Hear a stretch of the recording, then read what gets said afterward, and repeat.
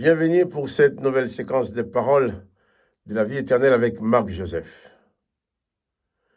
Nous sommes aujourd'hui le 9 septembre 2023. 9 septembre 2023, encore un jour de grâce que nous allons vivre avec Jésus-Christ. Parce que comme j'aime bien le dire, quand Jésus-Christ est avec toi, tu as avec toi la présence de la grâce. Parce que il est même écrit dans le Nouveau Testament, la loi a été donnée par Moïse, mais la grâce et la vérité nous sont venues par Jésus-Christ. Donc, Jésus-Christ est avec toi. C'est un jour de grâce et de bénédiction, une journée de victoire.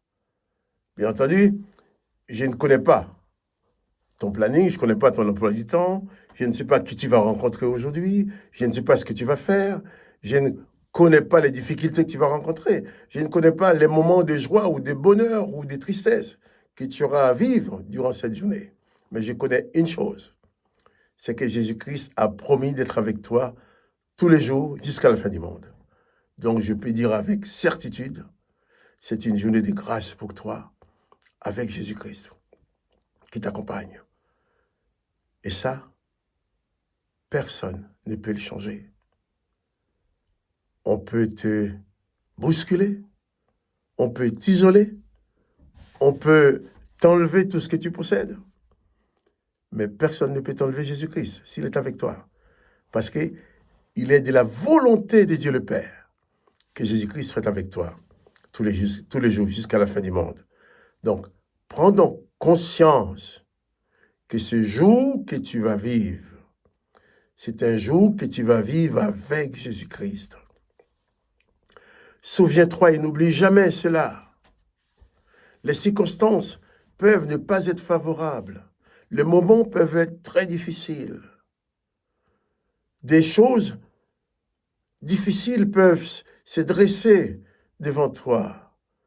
Mais il y a une seule chose que personne ne peut t'enlever, c'est la présence de Jésus-Christ. Jésus-Christ lui-même dit qu'il est de sa volonté personnelle d'être avec toi tous les jours, jusqu'à la fin du monde. Donc, pas de panique. Demeure dans la confiance, car Jésus-Christ est là, avec toi. Et c'est Jésus-Christ qui sait calmer les tempêtes, qui peut commander au vent. Je ne sais pas quelle tempête ou quelle vague qui vont venir pour t'écraser aujourd'hui, mais sache que tu ne seras jamais écrasé, parce que Jésus-Christ est avec toi. Jésus-Christ sera toujours dit au vent, faites silence. Aux vagues, calme-toi. Et à sa parole, ces éléments vont s'arrêter. Donc, la bonne nouvelle, c'est que Jésus est avec toi tous les jours, jusqu'à la fin du monde. Je vais lire avec toi un passage de l'Évangile. Nous allons continuer dans l'Évangile de Marc, chapitre 14, où nous étions en train de lire. Avant de lire, je te rappelle, n'oublie pas de donner des petits coups de pouce pour dire que tu aimes. Si tu aimes la vidéo, dis-le en donnant un petit coup de pouce pour favoriser la publication. Je vais lire maintenant. Marc, chapitre 14. Nous allons lire au verset 40. Hier, nous avons vu Jésus qui s'éloigne pour prier, qui revient, qui trouve ses disciples endormis. Ensuite, il va leur reprocher, mais tu n'as même pu veiller 1 heure avec moi. Et Jésus va leur dire, veillez et priez, afin que vous ne tombiez pas en tentation, car l'esprit est bien disposé, mais la chair est faible. Donc, plus l'esprit sera fort, plus il pourra dominer sur les faiblesses de la chair. Il ne s'agit pas de se laisser aller avec une chair faible. Il s'agit de se fortifier afin d'avoir aussi la maîtrise de nos personnes. Le texte dit, après avoir dit que la chair, qu'il faut veiller et prier, Jésus s'éloigna de nouveau et fit la même prière. Père, s'il est possible que cette coupe, cette mort s'éloigne de moi, mais toutefois, non pas ma volonté, mais la tienne. il revint pour la troisième fois, et il revint et les trouva encore endormis. Verset 40. Il revint et les trouva encore endormis, car leurs yeux étaient appesantis. Ils ne surent que lui répondre. Il revint pour la troisième fois et leur dit, dormez maintenant et reposez-vous. C'est assez. L'heure est venue, voici le Fils de l'homme est livré aux mains des pécheurs. Levez-vous. Allons, voici celui qui me livre s'approche. Voilà. Jésus dans la prière, Jésus savait bien toutes ces souffrances qu'il allait endurer dans la chair, dans sa chair. Pour que sa chair puisse supporter ces souffrances sans dérailler, sans faiblir, sans flancher. Jésus était dans la prière. Et ce que Jésus dit à ses disciples, ce qu'il enseigne à ses disciples, veillez et priez afin de ne pas tomber en tentation. Jésus l'a fait lui-même. Jésus fait les choses qu'il nous demande de faire, parce qu'il était dans un corps d'homme comme nous. Jésus savait ce qui allait arriver alors. Il est venu prier. D'abord, il a dit sa tristesse, il a dit son angoisse. Mon âme est triste jusqu'à la mort. Et il avait ses disciples avec lui. Il voulait que ses disciples assistent à cela pour savoir comment agir quand on est dans les difficultés, quand on voit les difficultés qui arrivent. Il ne faut pas dire je suis triste, c'est panique, je me laisse aller, c'est la panique. Non. Si tu sens que les difficultés vont arriver, alors priez. Adressez-vous, adresse-toi au Père. Il faut prier, il faut veiller à ce que l'ennemi ne te piège pas. Mais il faut prier. Et Jésus revint et les trouvait encore pour la troisième fois endormis. Jésus qui leur dit, eh bien, dormez et reposez-vous. Et Jésus leur dit après, c'est assez, l'heure est venue.